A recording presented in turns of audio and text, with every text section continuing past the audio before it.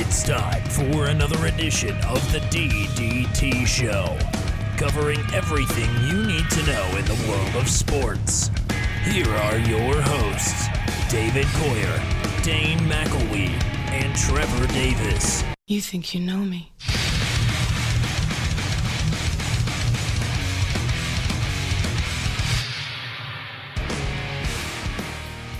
All right, welcome to the sports podcast, which if we had Eli Manning on here, he'd probably give us the double bird. Welcome to the DDT Show. It's that D-A-V-I-D, David Coyer, Dayne McElwee, Trevor Davis.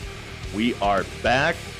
You know, it's only been a week, and I felt this last week too. Also, I'm just going to clarify because I think I saw some confusion on your face. Did you guys see that last night on the Monday Night Football Manning Brothers thing? Okay. I thought I saw it. For those of you at home who don't know, Eli Manning put up two middle fingers on Monday Night Football last night, and it was hilarious. It was lovely. That Manning Brothers broadcast is fantastic. But I thought I saw confusion on your guys' face. I'm just like, well, I thought it was funny. But anyway. No, it was just a weird intro. It's whatever. I mean, still better than yours last week. I digress. Relax. But it feels like, I mean, I felt this last week, and then I felt it like right now. It's only been a week, but it has felt so much longer than that in between shows. And I think it's just because we don't have that. We haven't had that Friday show yet. We need to have a Friday show. Ladies and gentlemen, this Friday, we're hoping to have a show. Like, we've just been busy all the time. And it's just, I mean, Dayne and I weren't even in Illinois last Friday. So but we're going to try and have it. We're still here with this Tuesday edition of the DDT Show. Sports happened this weekend. A lot of sports happened this weekend. They happened all over the place this weekend. And so we're going to just dive into that. And of course, it's your favorite segment of the week. It's winners and losers, because just as there is in life, there are in sports winners and losers. And who are we, if not the men, to put those winners and losers on display? So without further ado, my good friend Dayne McElwee, who was your loser this weekend? Well, David, it hurts to say this. I know it'll hurt you to hear this. My loser over the weekend is the Wisconsin Badgers football. Why do I say that? Because they look awful. Terrible. They're 1-2 to start out the season. They beat Central Michigan. Didn't even look good. They beat Eastern Michigan. Sorry, they beat them 37-7. They didn't look good that game. Lost to Penn State 16-10, and then lost to Notre Dame 41-13. This past weekend, Graham Mertz threw 4 picks, had a fumble, did not look good. Offensive line has not looked good. Running backs have not looked good. Defense, they've looked good. Secondary has not looked good. Secondary looked atrocious. Yeah, they got torched in the second half against Penn State. That's a big reason why we lost. Also, I mean, Graham Mertz did throw 2 picks. Graham Mertz has not been the answer. Paul Chris play calling has not been the answer. It's just, it's a bad Wisconsin Badgers team that we've seen this year. They don't have that stud running back like they usually do, so they can't rely on anybody.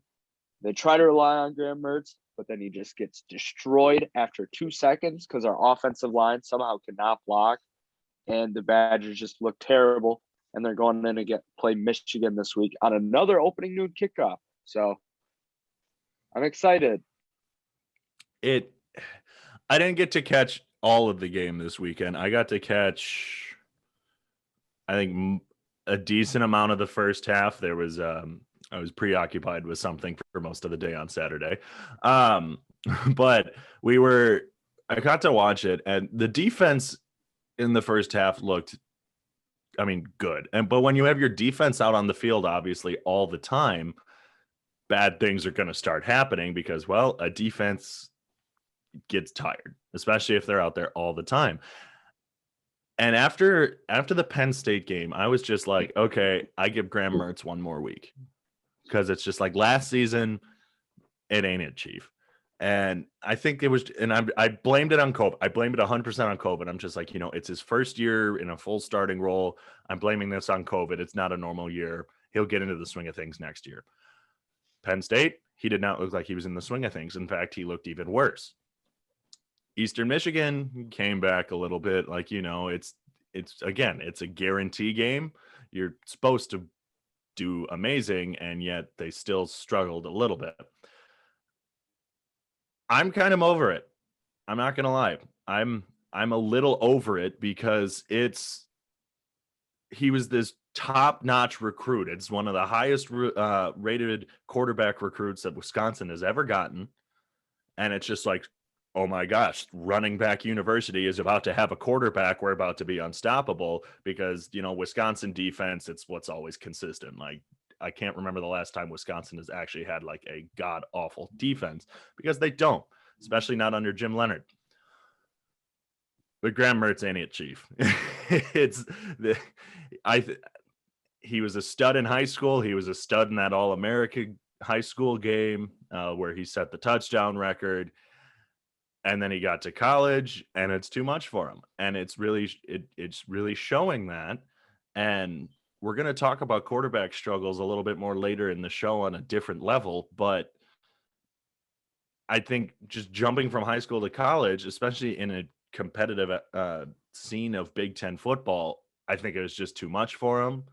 And like you said, Paul Chryst, his play calling just ain't it this year. And I think it's also just, again, because it's always been that run offense, because, you have all those running backs that have come out of Wisconsin, but this year you don't have that. So now you're having to call those pass plays, but when he should be calling a nice little check down or something, he's instead going back to his normal. He'll run the ball a little bit, and it's just like, well, we don't have that. And Wisconsin's offensive line has not been looking good this year either.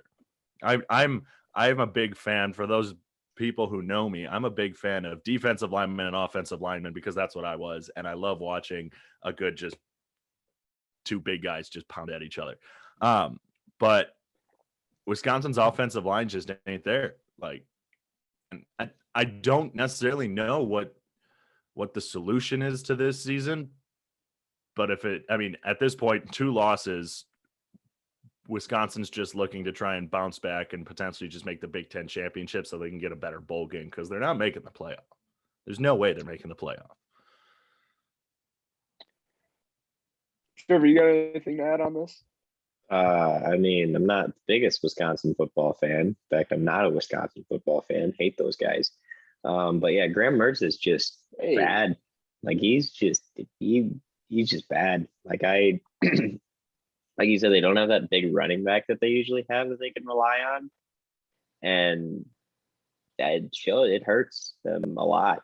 And it certainly doesn't help when Graham Mertz, since his first game, has thrown twice as many picks as he has touchdowns. So I just don't think he fits in the system. I really don't. That too. Because the receivers are talented for this team. They just don't utilize them in the right ways. Like, it'll be your first down run, second down run, third down and 8, and then he tries passing on a little post route and gets picked off. Like, why not do a check down on first down on Jake Ferguson, who's a 7th-year tight end, Barry Alvarez's grandson, in case you didn't know, David. They say it every single broadcast when you see him. But I just don't think they're utilizing him the right way. I don't think it's all on Mertz either. I think it's a lot. I don't think it's all on Mertz, but it's just, he's a good scapegoat at this point. Oh, well, yeah. When you throw 4 picks and fumble the ball one time in one game, that's not a good game.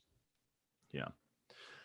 Moving on, we're staying in the college football realm. Trevor, with your loser. Yeah, Clemson. I feel like that's a really easy one. They're out of the college football playoff after like 3 weeks after they lost to NC State.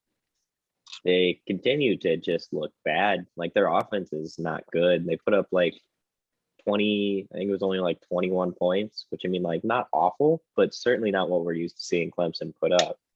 And last week they put up like 14 or 16 against Georgia Tech, of all schools. So, they just have not looked good.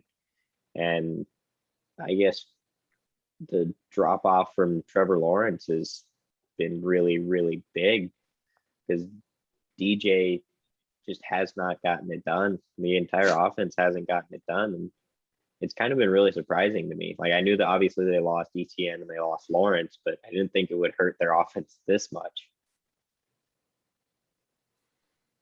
I think the loss of ETN has hurt them more than the loss of Lawrence, personally. Because I was watching the game Saturday and then I watched the game before. Their run game they could not get it going. So then that forced DJ to have to throw it on 3rd and long, and he couldn't find open receivers. There were guys just draped over his receivers. He couldn't get in rhythm. NC State, give credit to NC State though. They look good.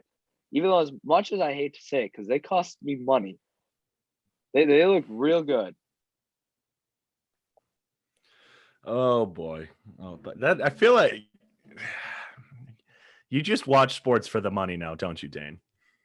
No. I still watch sports to watch sports, but if I have a little bit of money on it, I mean, then obviously It just makes it makes it more interesting.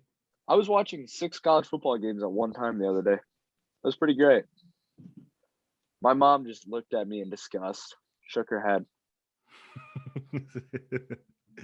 Oh, that's no, I saw a meme this weekend.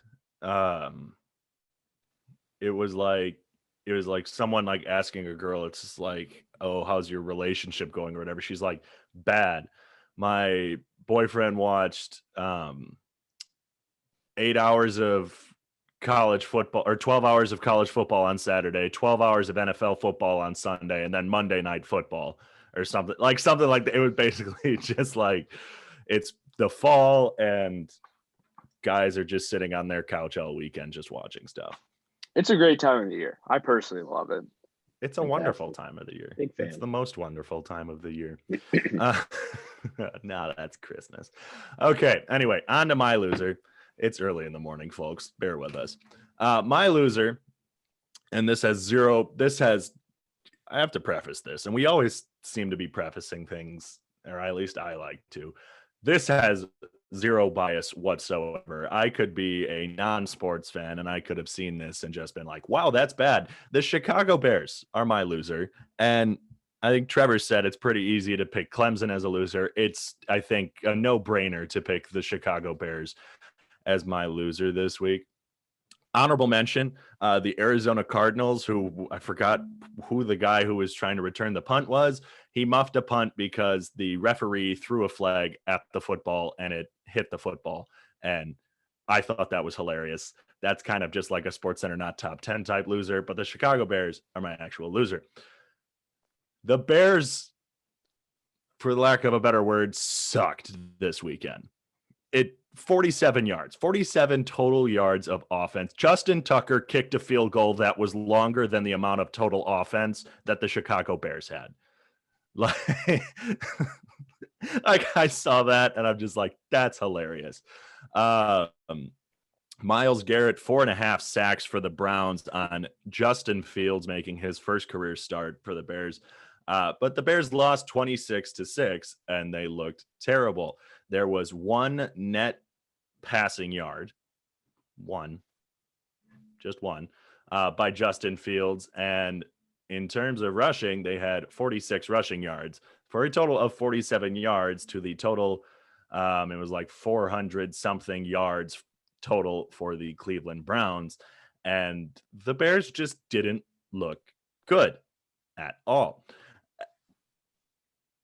And I think a lot of people are going now. I don't think a lot of people actually, let me rephrase that. A lot of people aren't going necessarily straight at Justin Fields, who's a rookie quarterback making his first career start. No one's really going after him, and rightfully so. Rightfully so. It's his first career start, honestly, especially how rookie quarterbacks have been going this year. You can't blame him. Because, Matt Nagy's been around a lot longer, and the Bears have been not the best. So it's easier to blame Matt Nagy, who this year has not been doing a good job at play caller for the Bears. It's just, I don't know personally, because I don't get to catch a lot of Bears games, but I don't know personally what necessarily needs to change in that Chicago Bears organization. But I've been saying it for a couple years that Nagy's got to go, because and for all the Bears fans down here in Macomb that I know, a decent amount of them have supported Matt Nagy over the years. And I've just been like, I don't know. I think he's the problem. But yet people are just like, nah. And one thing, I heard this on the radio and then I actually just read about it.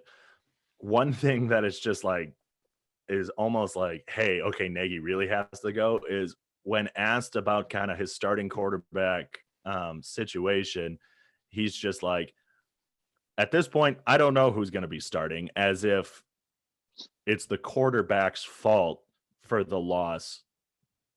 Yeah, on Sunday. It's Tuesday right now, so on Sunday. Because they have three, you got Dalton, you got Fields, you got Nick Foles. But you could put any of them in there on their best day, and with Matt Nagy at play caller, they'll still look rough. And so when you're the head coach and you're basically inadvertently attacking your quarterback, saying, I don't know who's going to be starting, because all of them probably would, struggle a little bit. No, that's the sign of a poor head coach. And that's something that needs to change for the Bears. And 26-6 against the Browns. Now, don't get me wrong. The Browns are looking fantastic this year. I love it, but it was just a rough outing for Chicago this weekend. Trevor, you want to go or you want me to? I mean, I'll start because I feel like you have a lot to say. That was just rough. I mean, I don't think it's all on Justin Fields, but Justin Fields, there's maybe a little bit. Yeah, no, everyone deserves a little bit, but I mean, yeah, you can't put it all on him. Yeah, like he didn't look great. Like there were definitely some throws or decisions where it's like, that's probably not correct. Probably shouldn't do that. But I mean, to his defense, he had like negative amounts of time to throw. Like he would snap the ball and Myles Garrett was in the backfield waiting for him. There were some plays where like Jason Peters, I think, was the guy who was like assigned to block Myles Garrett, and he just was like, nope, not going to do that this play. We're just going to let him run right on by. The offensive line play was terrible, but I would think like, hey, Nagy'd be like, hey, our offensive line sucks. Maybe we move the pocket with our fast and nimble quarterback. No, that didn't happen. And then granted, like you got to complete some passes to do this, but like they didn't really push the ball down the field as much. But I mean, I don't know if that's just a product of just not being able to have time or complete anything, but yeah, it was just bad. It was just all around bad. I think I saw a stat that Fields had like 0.48, 0.58 seconds or something of time before basically like the pocket collapsed, and he had that little, like basically half a second to get the ball out on average on Sunday. And it's just like, you need a little bit more time than that if you're going to, have a successful quarterback be able to, make a decision. Half a second is not that long of a time when you have a, 280-pound gorilla running at you and trying to tackle you, or having like six of them, obviously, like if you're basically just going to blitz. But yeah, no, that's terrifying, especially as a rookie quarterback in the NFL. I actually have it written down. It's 0.72. That was the average time. Yep. Well, for everyone listening out there, I'm a Bears fan. It was painful to watch, even more to listen. I was watching on my drive home. Don't tell my mom. It was bad. It was brutal. There was so much wrong that you guys just touched on. It'd be stupid for me to reiterate it. I've had enough with Matt Nagy. I'm done with him. Did you see what he said this week? He said, other than what I just said, he said all three of our starting quarterbacks could start this week. Yeah, that's what I was referencing when I was saying my stuff. Like, yeah, like that's what I was kind of referencing. That was the quote. I misquoted. he's blaming his quarterback too much. I mean, yeah, Justin Fields didn't look great. He's a rookie against the Browns. This is what everyone was saying. Don't start him now. Start him against the Lions because the Lions aren't good. It wasn't it, Chief, as you kept saying, David. It just wasn't it. Offensive line was brutal. I don't know what more I have to say. Jalen Johnson is just a stud on defense, so that is a highlight, though. Moving on from as fun as losers are, like I love talking about losers, and I feel like I say this every week. I love talking about the losers because it's just fun. Like saying, like I think as a society, we like watching failure sometimes because it's fun to watch. I don't know. That could be me just going out on a limb. But let's talk about winners because there was a lot of winners this weekend, honestly, in my opinion. It was kind of tough to choose. Throughout the weekend, I kind of kept like seeing something. I was like, oh, that could be my winner on Monday or Tuesday. That could be my winner on Tuesday. And then last night I was actually having to try and narrow it down, and I kind of there were so many winners that I just forgot who to pick. So that's why we're going to go with me last, per usual. We'll start with Trevor on the winners. Trevor, who was your winner this weekend? My winners, the St. Louis Cardinals, because they just keep winning and may never lose another baseball game in the history of ever.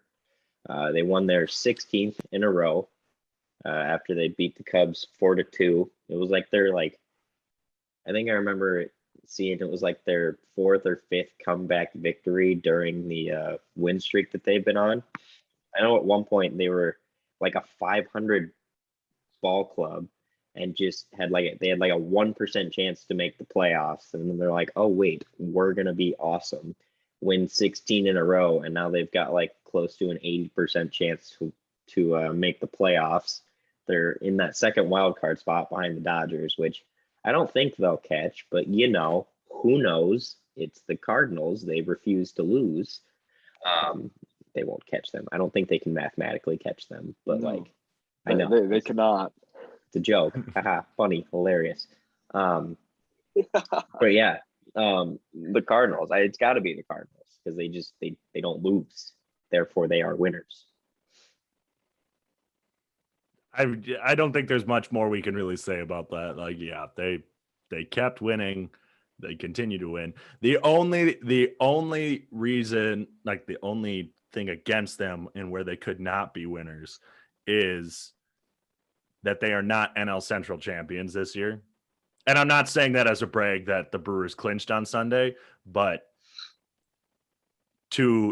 that's the one thing, which it's a minor thing because honestly 16 wins in a row and like basically almost claiming that second wild card spot is still pretty cool.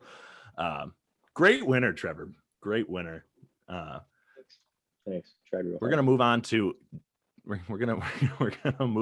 Dayne. Dayne, who was your winner this weekend? My winner, same with college football because I really like college football. Arkansas. Wait, you like college football? Oh, I love college football. So a couple weeks ago, I had Texas as my loser because they beat Arkansas. I was like, Arkansas, they're typically not that good in the SEC. Arkansas's for real this year. So as I said, they beat Texas. They beat Texas A&M over the weekend, who was number 7. They're 4-0 to start. Their defense has just looked amazing. That game against Texas A&M was just a battle in the trenches. Absolutely loved it. 17-10 ball game. It was beautiful. Loved every minute of it. This week, they play number 2 Georgia. They can make a name for themselves this weekend. They beat Georgia. They could maybe rise up there in the top of the rankings. Arkansas, they're just a winner in my eyes because their defense is just playing so well. And then the way that E.J. Jefferson has stepped up. The other day, he was 6 for 12 at halftime with 235 yards. 6 completions, and he had over 230 yards. It's just nuts. Let's go Arkansas. One thing I just remembered, and I even screenshotted it on my phone to make sure that I would remember to say this morning, and I forgot to. So circling back to the Bears thing, they averaged 1.1 yards per play for the entire game, which is the second lowest this century by any team. Just had to throw that out there. Sorry. Not bad. Not bad. your yards stat just sparked that in my mind, and so I just wanted to make that known. But great winner, Arkansas. I love Georgia's defense though, so that'll be a fun game to watch. Dude, Georgia's this defense is week, literally my. It's gonna be like 17-13 or like 13-11, just something stupid. I hope it's like gonna be 3-0. 3-2. If it's 3-2, I would love that. There's safety. There's a safety. 3-2, a field goal and a safety would be the greatest football game of all time. 5-4. I would hate that. Two safeties. Three safeties in one game. It would be awful. 5-4. That'd be like the ultimate scoreagami right there. Oh, that'd be awesome. It would be awful. I would like spoon my eyes out.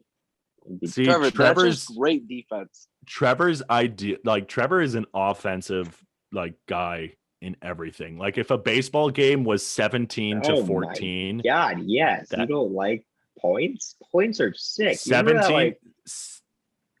You remember that like West Virginia versus Oklahoma game from a couple years ago? It was like Will Greer and I'm not sure it was Kyler Murray and like Baker Mayfield playing for Oklahoma, but it was like 63 to like 60 was the final score. That was awesome. I had a great time watching that. Fantastic. You remember that it was Texas A&M and LSU a couple years ago? It was 7 overtimes? 73. Yeah, 7 overtime. That was a great game. That was a great game. Points. Big points guy. Like love points are nice, but like watching a great like when it's basically just like you start a drive and it's like, okay, I wonder how they're gonna score this time. Like that's not fun. You got to be on the edge of your seat. You got to be like, ooh, who's gonna make this defensive stop? Who's gonna force them to like? I don't know. Or who's gonna catch this 75-yard touchdown pass? But yeah, see, I don't want to see like a 80-yard run every time. I don't want to see a punt every time, but that's the like I don't mind scoring, but like 35-20, 35-21 or something. Like that's a good game to me. Because they're scoring, but then you got some nice defensive stops in there. If it's 77-63, that basically was just like, okay, we just had the defense out on the field just to give them a little resistance, but basically we were just like, yeah, here's the end zone. We'll casually guide you to the end zone. Like, how's that? Like, no, that's not fun. That's so much fun. So much fun. Anyway, I digress. I love saying I digress. I don't know why. I overuse that sometimes. My winner. And if I could move my laptop right now without unplugging my HDMI converter, I would, to show you the great flag that is hanging on my wall right now, because my winner is the state of Wisconsin.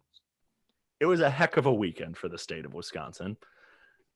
As we have mentioned, the Milwaukee Brewers clinched the NL Central on Sunday, second time in 4 years. On the day, the Brewers honored Bob Uecker on Saturday and honored Ryan Braun retiring on Sunday. And there were, 8 runs off 8 hits with 8 left on base on Sunday, on the day that Ryan Braun retired. I thought that was fantastic and amazing and awesome. So there was that. The U.S. won the Ryder Cup on Sunday at Whistling Straits in Wisconsin. That's pretty cool. And Mason Crosby confirmed GOAT on Sunday as the Packers beat the 40. Don't give me that face, Dayne. I mean, it was more of Aaron Rodgers, but okay. I loved it. Oh, yeah, because Aaron Rodgers kicked a 50-yard field goal to win the game. He had 37 seconds left and drove basically the length of the field. He did go like 50 yards with in no 37 timeouts. seconds. Yeah, come on. I'm not even Okay. the first play they made up on Thursday in practice. They made it up and they're like, we're gonna run this. Guys. I'm not saying that Aaron Rodgers didn't contribute to it either. All I'm saying is Mason Crosby is amazing. Know what? Like, there you go. Like, those are the better word choices. Like, I feel like obviously it's okay. Rodgers, like it's you see his He's resume. a god obviously. amongst men. You see his resume on, sub 2-minute 70-yard drives. Obviously, yes, it's him. He's the one who does it all. But then he sets up Mason Crosby, who without Mason Crosby, some of these wins still don't happen. Like Aaron Rodgers can get you in that position, but if Mason Crosby doesn't kick the field goal, what was it all for? Who's to say Aaron Rodgers can't kick field goals? That's fair. But anyway, Packers walk-off win against the 49ers, 37 seconds left, down by 1.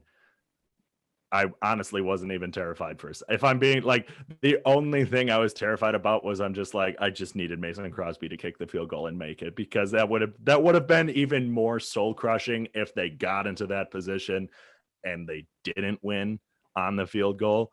But yeah, I wasn't like, I'm going to be honest, I wasn't scared for a second. It's just like, cool, 37 seconds, let's just drive. But the state of Wisconsin, a lot of cool things happened this weekend. Forward, right there, right above the Badger. Forward on Wisconsin. As I had Wisconsin football as my loser this week. Yeah, that doesn't matter. 3 other really cool things canceled that out. We've been doing winners and losers for a very long time. So we're going to have to kind of get going. Oh, yeah. It is 9:43. I mean, it is 9:43 and we have class, and I have to, we all have to get to those classes because school is important. Stay in school, kids. So moving on from our winners and losers, that was fun. We had a lot of like that. It's fun when we get to talk about winners and losers and get into depth and have those conversations about it. But we talk about college football a lot on the show. And one thing that's kind of been going on in college football that I had noticed was going on, but I'm just like, do we want to talk about it yet? And then Sunday happened in the Packer game. Targeting has been a big issue in college football. Broadcasters, like, they tear it to shreds on college football broadcasts. Whether or not, and even coaches, they bring it up too, whether or not targeting should get you ejected from a game right away, whether or not these refs are getting the calls right on, okay, was that with malice intent? Like, was that just a football play? And then you have some of the times, which in Sunday's Packer game, there's clear targeting and it just doesn't get called. Devontae Adams got absolutely crunched on Sunday, and nothing was called. So why I bring it up is, what do you guys think? Because obviously targeting, like, there are times where targeting is a problem, where a guy comes in, leads with his head, crown to crown, like, whether or not it's necessarily on purpose or not, but when they do lead with their head, it's still a problem. But as we've seen this year, there have been plenty of times, especially in that Penn State Auburn game, there's one where a dude's just making a football play. He's running full speed, trying to prevent the guy from getting into the end zone. There is only one way that he can do this to prevent the guy from scoring. And then he gets called with a targeting and he gets ejected from the game. What are your guys' thoughts on targeting? Do you think there should be rule changes, or do you think right now it's good where it's at? I hate the idea of the injection. Oh, that's rough. I even waited a second for you to talk, and it just. I waited a second for you to talk, and you didn't talk. That's awkward. Oh my gosh! Why don't you guys just hold hands and talk together? Someone just start talking. All right, sick. I'm gonna talk. So I hate the idea of the ejection. It's awful. Like you said, sometimes dudes are just trying to make a football play, and they end up making contact or whatever with the head or whatever the stupid rule is. And then they're just like, nope, you're gone. See ya. Bye. That's what you get for trying to make a football play. Get on out of here, you nerd. And I think the rule is just like too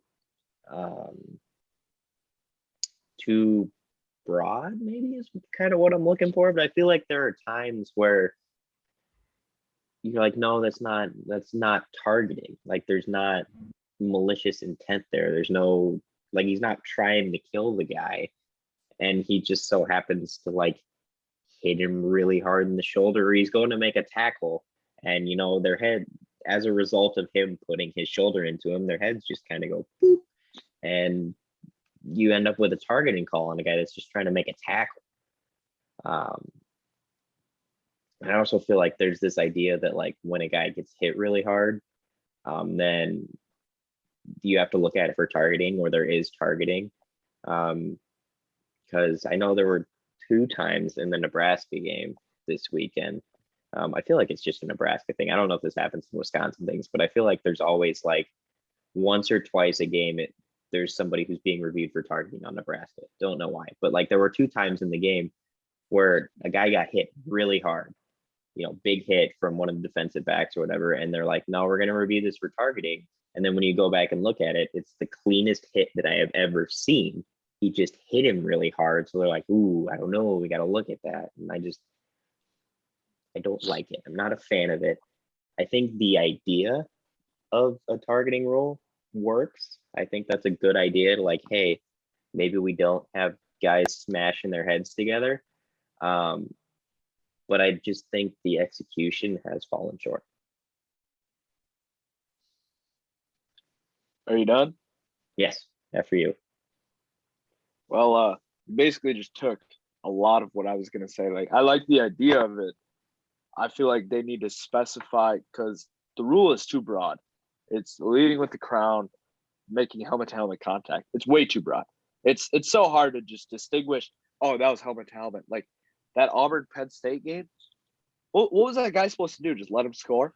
And they were talking about when they look at that play, I forgot. I think that was Kirk Herbstreit, Chris Fowler broadcasting that game. Kirk, he's breaking it down, and like they bring in a rules analyst, I think, and they're talking about, is he a defenseless receiver? And I think like he was kind of, since he was lunging at the end zone, technically, no, he's not. So any hit is a fair play. And yeah, I mean, you're in there just trying to hit him, and you can't classify that as, because that's the only thing you can do. Like I said before, and like you were saying, Dayne, that's the only thing you can do. And it's just kind of dumb that it's just like, oh, he, was trying to destroy. No, that's all he can do. Anyway, sorry, continue. So the thing is, too, that I don't like is one targeting call, interject. Even if it's not malicious, like it could be just like a simple crown-to-crown helmet. Like you go in, you get ejected, which I feel like that's not technically fair. I feel like if it is malicious, then maybe, but I mean, obviously that's hard to distinguish if it's malicious or not. But one targeting call you should not be ejected from. That changes the whole outlook of a game. We were watching the Louisville Ole Miss game. There were probably 3 or 4 targeting calls in the first half. Like it was absolutely nuts. Guys were just getting ejected left and right, which I didn't necessarily agree with, because that should have been a close game, but it wasn't. And I mean, that could have been a big difference between them guys playing and them guys that actually getting ejected. I think they should clean it up a little bit. You bring up a good point on the one and done. I like that they have the targeting rule, because it was probably 5 to 7 years ago or whatever. It wasn't necessarily like as big of a deal. They didn't necessarily have this big rule or whatever, and it's definitely cleaned up football, I think, a little bit. But nowadays, yeah, it's like it's so broad, and so like any hit where it's just like kind of to the head or something like that, it's just like, oh, that's targeting. I personally think, I still think, things should get reviewed, as much as it sucks because they take so much time to review it. I think it should still be like reviewed if it's something close. Now, if it's the cleanest hit ever, okay, now we're just sure that it's the cleanest hit ever. But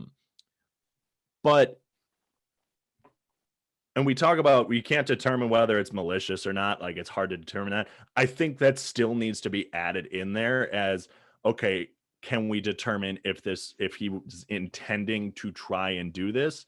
Because then, yes, one and done, you're out. Like if it looks like you're trying to destroy this guy with your head, yeah, you're gone. Like, and that will just lead to more, oh, this is an opinionated decision.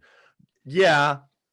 But at least will be trying. Otherwise, I think it's like 2 strikes and you're out. Like, I think it's like first time, okay, yeah, that's a 15-yard targeting penalty, whatever. Because it could be an accident. Like, I mean, playing football, I'm running at a guy full speed. Now, for me, it's not super fast or whatever, and I have plenty of time to stop because I'm only going very slowly. But like these guys, like they're running full speed, and sometimes you're leaving your feet or you're ready to like just absolutely destroy this guy.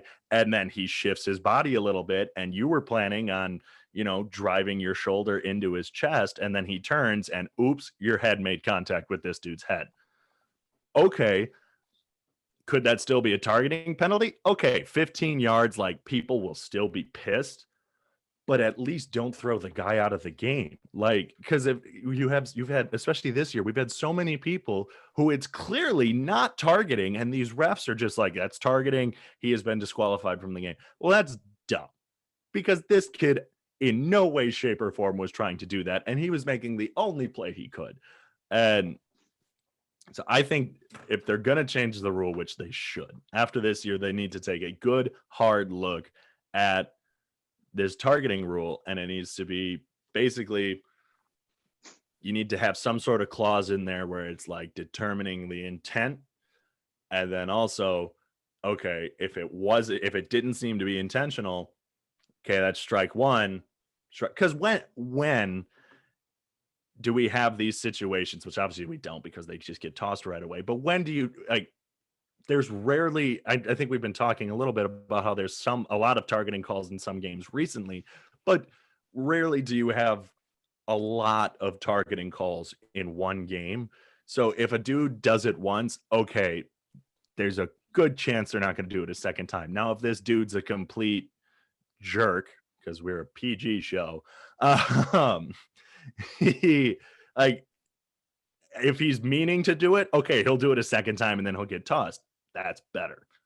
And so I did target. It's a complete problem, and it just needs to change. Targeting.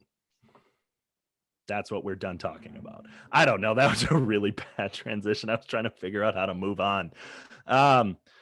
Targeting sucks. Here we go. Targeting sucks. And so have a lot of rookie QBs this season in the NFL. Nailed it.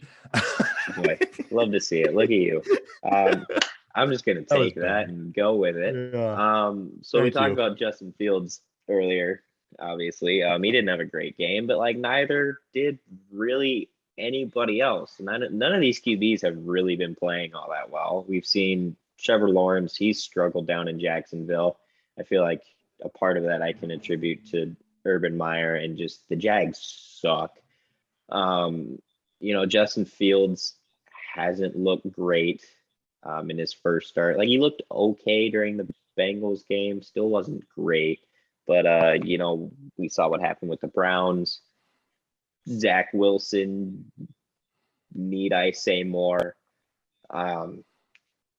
It's really just kind of been a rough go of it so far for all these rookie quarterbacks. And I wanted to get your guys' opinion. Are we concerned about this quarterback class? Do we think they're going to figure it out? What are the thoughts of the group? I was listening to ESPN radio yesterday. And what's it? Mike Greenberg, right? That's his last name, Greenberg. I believe so. I was listening to him, and he was talking about the Jets, and he was talking about Zach Wilson, and he didn't fully blame Zach Wilson for how poorly Zach Wilson has been performing this year, and how poorly the Jets have been playing this year. And I completely agree. Like, the Jets are just going to do Jet things. And I think it's the culture in the organization that is bad. Their coach, they played a clip on the radio, and their coach said that they weren't executing on Sunday as well as they had been during practice. And that they had basically was saying, we perform better during the week, during practice than we do on the weekends. which Mike Greenberg had a field day with and was basically just like, oh, the Jets be undefeated if they played games on Wednesday. Like, it's just like, it was a funny segment. But like, so I mean, you say the Jags suck. I say the Jets suck. And I don't blame it on Zach Wilson. I mean, I've always felt bad for really good college players because they go, top 10 in the draft and they go to these cruddy organizations. Now, some of them help turn the organization around. Some of them still perform well, even with a bad team, and then end up moving on to a better team. And then some just get lost in the shuffle because they just can't turn it around. I think Zach Wilson is a player who could succeed in the NFL if he was with any other organization other than the Jets.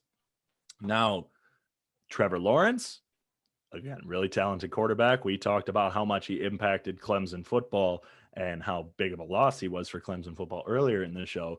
And I completely agree with what you said, Trevor. I think, again, the Jags just aren't doing it. I think we talked about this last week. Urban Meyer, I don't think he's meant to coach in the NFL, and I think his NFL stint will be quite short. Mac and I mean, out of all the rookie quarterbacks who have started in games this year, only one of them has a win. It's Mac Jones. But who did he beat? The Jets. And someone has to win between those two. I think it's a little too early to fully say whether or not this QB class is a bust or not, just because the teams they're on aren't like, they're all great QBs and they all just got put with bad teams. We've already talked about how the Bears, it's just not working. That came down to coaching. The Jags, that came down to coaching. Patriots and Mac Jones, not necessarily sure what's going on there. That might be on Mac Jones. It might be that Mac Jones can't hang. Which when it came down to the Bears draft pick in the NFL draft, I was hoping they were going to take Mac Jones because I said Mac Jones isn't going to be able to make it in the NFL. Justin Fields will. And Justin Fields, I am no doubt in my mind, will end up turning it around and actually be a great NFL quarterback. Mac Jones, I think out of everybody, I think he's the one who I think that's going to not necessarily turn around for him. And I think it's starting to show a little bit that it was Tom Brady who was the GOAT and Bill Belichick just kind of helped the pieces around Tom Brady, but Tom Brady was the one who was kind of doing everything. People last year said, no, let's wait. It's 1 year, but Cam Newton didn't do anything last year. And now Cam Newton's gone. Mac Jones is in there and the Patriots only have one win and it's against the Jets. I will say we're also 3 weeks in. It's kind of hard to judge. We're only 3 weeks in. Like, it's hard to judge who's good right now. Because, I mean, all rookie quarterbacks right now have one win out of the 5 that have played. You guys are forgetting about a quarterback who's started, who's drafted this year. Davis Mills for the Texans. Come on. Don't put disrespect to him. He's 0-1. Sorry. Yeah, thank you. I remember last night when I was looking up just to see stuff on the rookie quarterbacks, I saw his name and he's 0-1 with the Texans. Yeah. Yep. I sometimes forget the Texans are a team because I also just don't. I don't also just never know who their quarterback is. I just know it's not Deshaun Watson. See, and that's the bad thing for these rookie quarterbacks is they're put in terrible organizations right now. Like, not one of them is. Mac Jones has probably got the best. He's in the best organization right now with Bill Belichick. We're 3 weeks in. Something hasn't clicked yet. I wouldn't say that Mac Jones isn't NFL ready. Because, I mean, you got to think about it. He had to work his whole life at Alabama to be able to get a starting job. He beat out Bryce Young, who Bryce Young is actually just tearing it up this year. If you look at Alabama's stats, he looks like he's been playing college football for the last 7 years. He's an absolute stud. For Mac Jones to beat him out shows how much work and effort Mac had to put in. And I feel like Mac could still put that in the NFL. It's not necessarily saying he's not NFL ready. I think all of these quarterbacks are NFL ready, but we're 3 weeks in. He also him some beat out time. Cam Newton, which that's big. Yeah. But I don't know if that shows that. Does that show that he's better than Cam Newton, or does that show that Cam Newton lost it? But I will say, it's not like, when was the last rookie quarterback you saw come in and just make a huge difference? Can you name it? I'd say Kyler Murray had a good rookie season. Like but he still had a below 500 record. He didn't have a great season. He struggled in the beginning. It's not like he came out just outstanding. He started changing the culture. That I don't think that any of these guys have shown the potential to change the culture of their organizations, is what I'm saying. But see, the thing is too with Kyler Murray, they built around Kyler Murray. They gave him time. They got DeAndre Hopkins. They got J.J. Watt on the defensive side. Their defense has stepped up. That's the thing about them is they'll build a culture around those starting quarterbacks. I don't know what the Bears, they probably won't because Matt Nagy's an idiot. They'll probably just build around Matt Nagy. But with Mac Jones, Trevor Lawrence, and Zach Wilson, they'll try building around him. I don't know how much Zach Wilson and the Jets will be able to do because who wants to go to the Jets? And I'd say Deshaun Watson had a pretty good rookie season as well. Like, he started on the bench, came in, and then he started, doing better for the Texans. There are rookie quarterbacks who they come in and they're studs.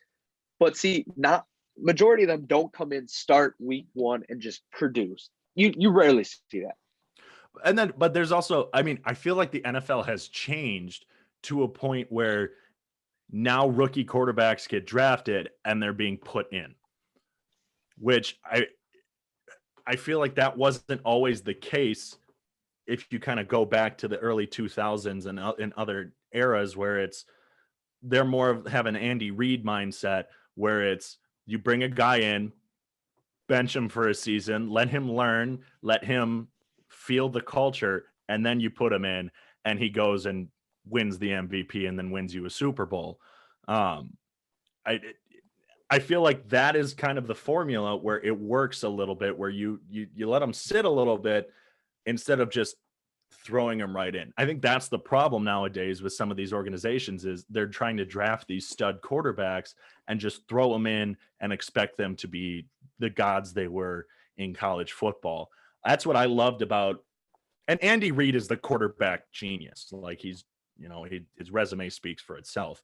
And I think that's why it works so well. And you have them learn under a veteran. Now, sometimes it takes a couple of years. Sometimes it just takes the 1 year. Aaron Rodgers sat under Brett Favre for, 2 years, 3 years. And then Favre, that whole debacle happened. And then Rodgers came in. Rodgers wasn't, fantastic his first year, but then you gave him that second year and boom, he took off. Now but then again, he also still just sat and he still looked comfortable in that role. So I guess it is too early to judge some of these quarterbacks, but I think what I said earlier still somewhat applies. I think it's just way too early to say anything. We're 3 weeks in. That's fair. All right. We started it last week. We're continuing it this week. I love this. Like, I wasn't sure if we were going to do it. And I remember I texted last night in our group chat because I went on our outline and saw Dayne type the question, and we're bringing it back. We're doing a list. We're doing a list again. And I saw top 5 and it made me nervous, but we got this. Top 5, Dayne. I was about to say it. It's not mine to say, but we're at. No. Welcome to the Tuesday list, everybody. That's what we're calling this. I like that. So over the weekend, as David previously mentioned, I went home. I got really bored. There was not a lot to do. So I decided to play my Xbox 360, played a little NCAA football 14. Absolutely love that game. So I'm going to ask you two, what are your top 5 sports games of all time? It was tough for me. I have an honorable mention. I'm sorry. It was hard to just narrow it to 5. It was so hard to narrow it to 5. Because I was just looking through it. I'm like, I forgot this was a game. Oh my God. How am I going to put this in here? So I'm not that good at video games. especially like sports games. Growing up, I had a couple and I thought I was good. And then I got to college and realized, no, I am not good at sports games. But then again, I'm just not good at video games in general. So this was well, I forgot what I think it was like near the end of August or something. ESPN put one of those build your ideal team using $15 things, and it was sports video games. And that is what I used because I remember that. And so that basically got me like the sports games that I only ever played. So that's my list. I'm going to start off with my honorable mention. I think it is like the GOAT sports game, but it's like such a basic sports game that it's like, it can't be in your top 5. Wii Sports. That's definitely in my top 5. Like that's just my honorable mention because it's like everyone loves Wii Sports, but I feel like some people just like forget, oh, it's Wii Sports. It's a sports game. So that's my honorable mention. I'll get that one out of the way. I'll start with the number 5. Are we going to do it like we did last week where we all go 5, 4, 3, 2? Yeah, let's do that. Okay, my number 5, you guys might be upset and some of the listeners might be upset and be like, that's not a sports game. It is. And I can tell you it is because ESPN had one of these on it. SmackDown versus Raw 2009 is my number 5. That was the first wrestling video game that I ever owned. It was, so this is also kind of like sentimental value for me as why it's my number 5, but it was also kind of the turning point where my mom like just stopped caring that I was into wrestling and let me like go full into wrestling. I don't know why we got it. One day, my brother and I were just like, let's go to Walmart. We're going to split it. We bought SmackDown vs. Raw 2009 and we played the crap out of it. So it was my first wrestling video game. I loved it. It was awesome. And I had to think about all the wrestling video games I owned. And like SmackDown vs. Raw 2010 was good. I liked 2009 better. And then WWE 12 and WWE 13 were good as well. And I had WWE 2K14 and like those were all good. I heard SmackDown vs. Raw 2007 is like the GOAT of the SmackDown vs. Raws, but I never played it. So that's why I have 2009 as my 5. It's a very good number 5. I thought about putting that in as honorable mention. Trevor, you want to go or you want me to? I'll go because mine is also a WWE video game. It's WWE 12. I'm not like a huge WWE guy, but I would always go over to my friend's house and I think he had SmackDown versus Raw 10, maybe it was like 9 or 10, one of those two. And we always play that. And I was like, well, I want to get one for myself.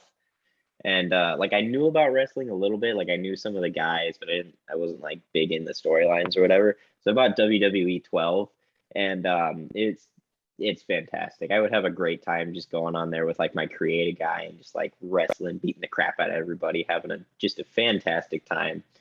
You can't imagine the sadness that I felt when I went to put it in my PS3 one time and it didn't work. The disc wouldn't read. It was a dark day. It was a dark day. Very sad times, but great game. Had a blast playing that. Very good number 5, Trevor.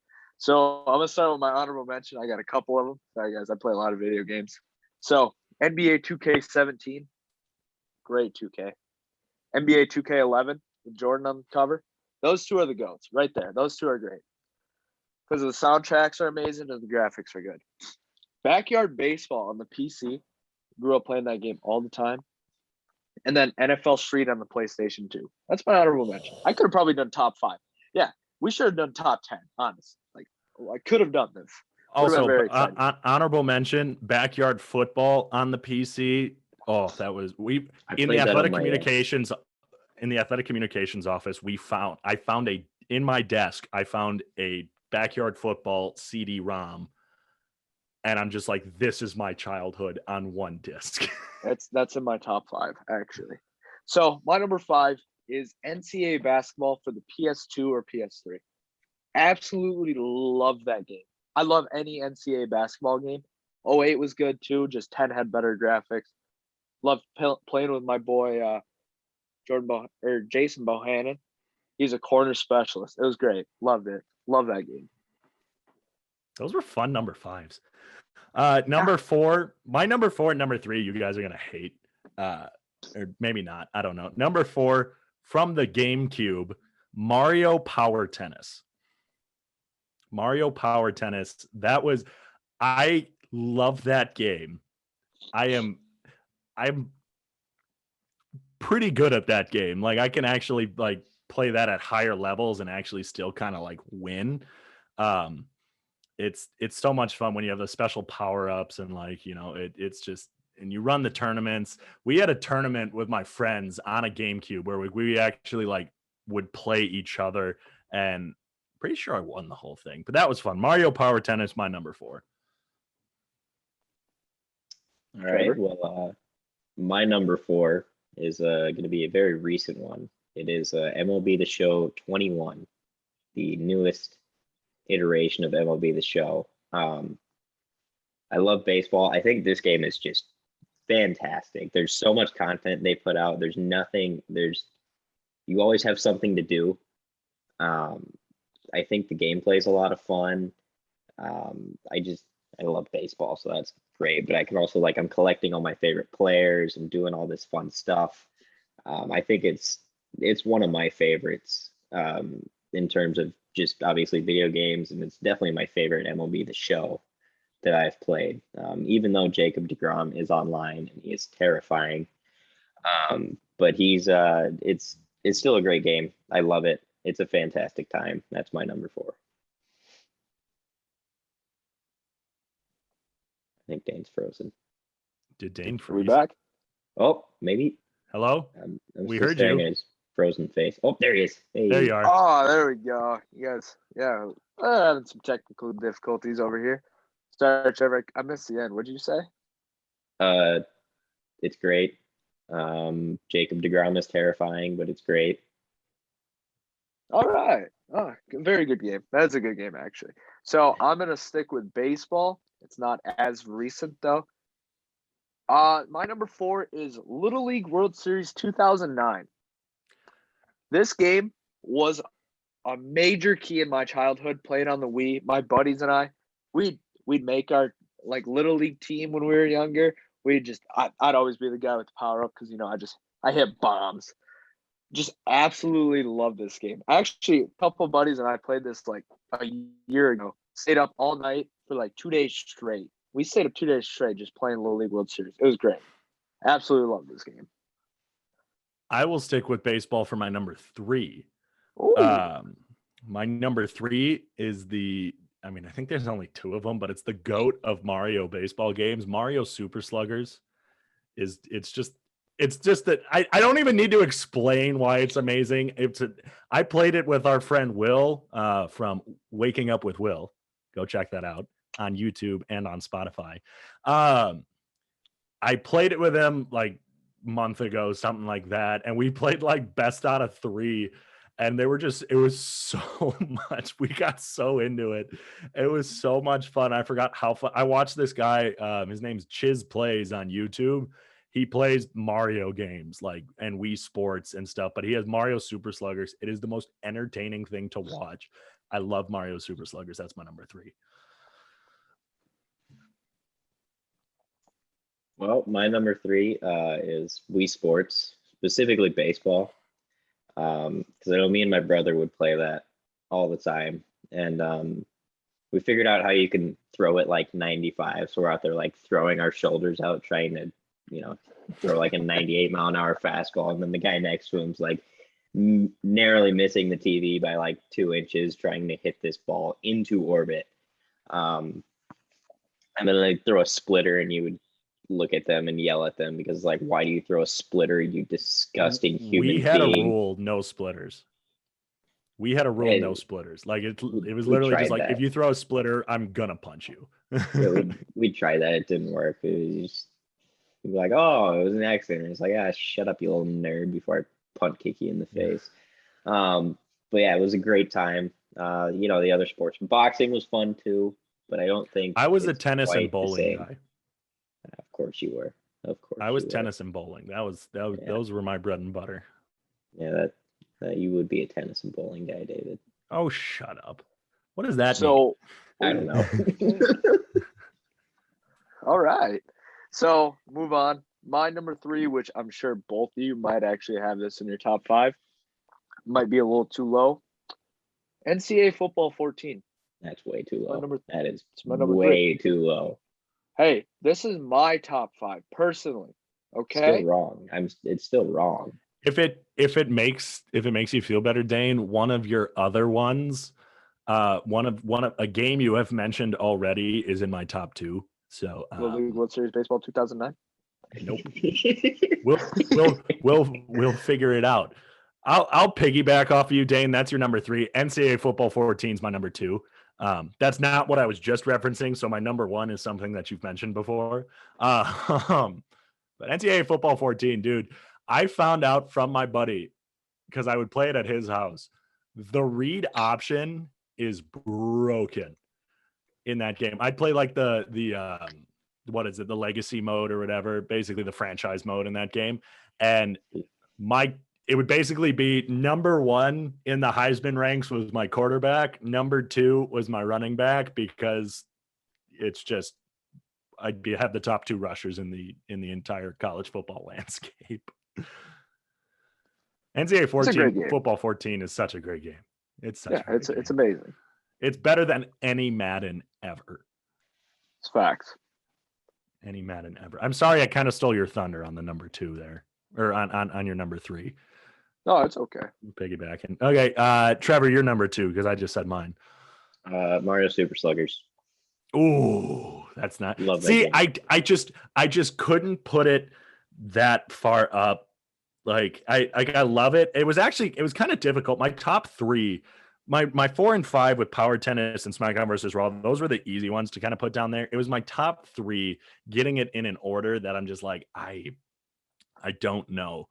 And I'm pretty happy with how I got my top 3, but yeah, Mario Superstar, it's just such a fun game. Now, Mario Superstar Baseball on the GameCube was just as fun. It's harder. It is actually difficult. Like Mario Super Sluggers, it's kind of like there can be, if you get high up, it can be a tad bit challenging. Mario Superstar Baseball, you play that on like normal, and it's really actually hard to hit the baseball, or I'm just bad. Yeah, you might just be bad. Anyway, there's simply nothing more satisfying than like the home run animations you get. Where you just sweet spot where it just freezes and you just go absolutely bonkers because it's like, let's go. Love that. Love that. Such a great game. The story mode is fantastic. Dayne, you're number 2.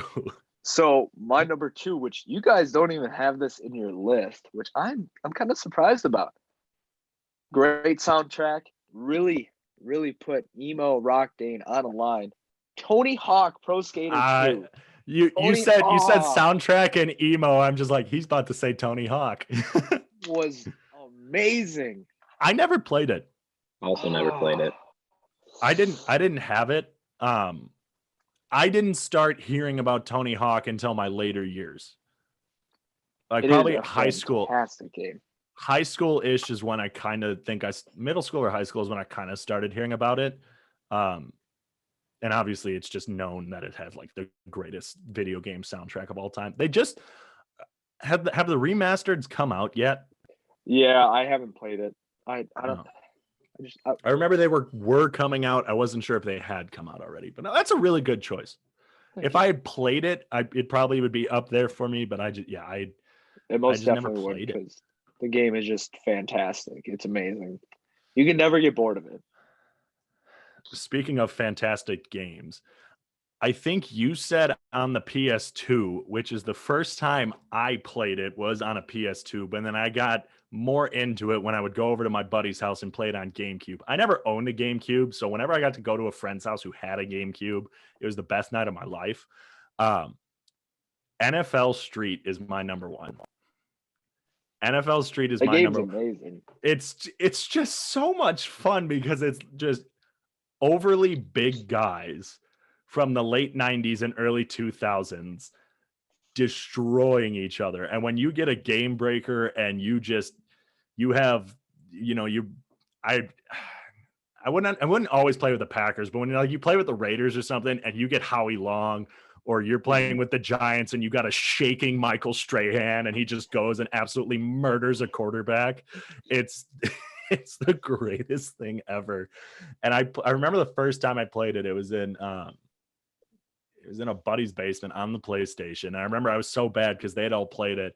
And then when I started playing it on my buddy's GameCube, I was like sleeping over at his house one night and like freshman year of high school or something, and we just played NFL Street all night. It was so much fun.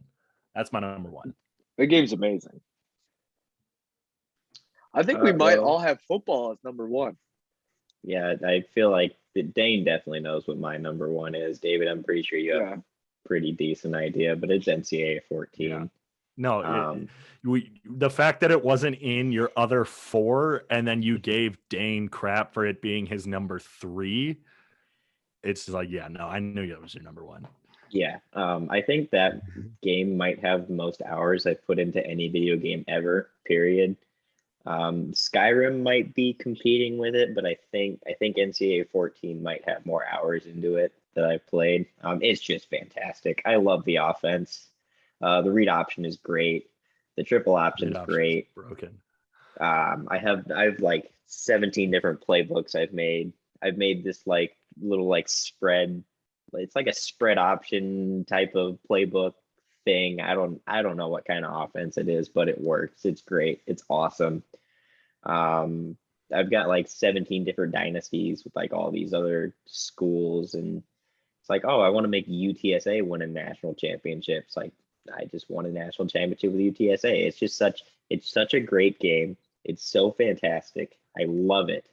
And it's just the best game ever. I love it. I think my first national champion was Arizona State. Mine was Nebraska. Don't know why I picked Arizona State, but I picked Arizona State. Let's go, Ohio. Big Ohio guy. Yeah, very good number one, Trevor, as David and I both had it. So, Trevor, as you said that you probably put the most hours in a game with that game, this is how I feel with my number one. From probably ages 6 to about probably 15, just spent countless hours. Backyard football on the PC. Absolutely love this game. My buddies and I would just grind it. Steve Young passing a nice little Pete Wheeler on a fly. Oh, I had the same team every time. You get Keisha Phillips because she is the best blocker, nose tackle, and kicker. I always would get both Brett Favre and John Elway. You got that dual quarterback threat right there. You got Barry Sanders, obviously. Jerry Rice. Yes. And then I'd always make a custom player.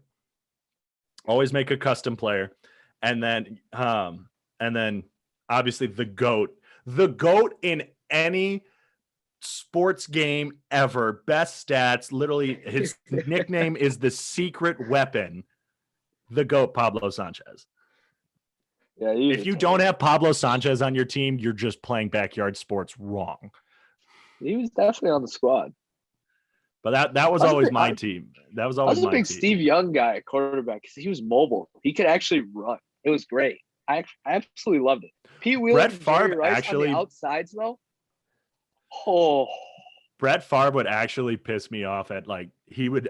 It was insane. Like the last time I played it, I think during quarantine there was one day where I put it in and like just started playing it, and the amount of picks I threw with Brett Favre was just comic. It was like, it's like the game knew. And so I basically just put John Elway in at quarterback, and he was I would always make sure I had the most receiving yard or the record for most receiving yards. Usually I had the top two. It was between my custom player and Jerry Rice.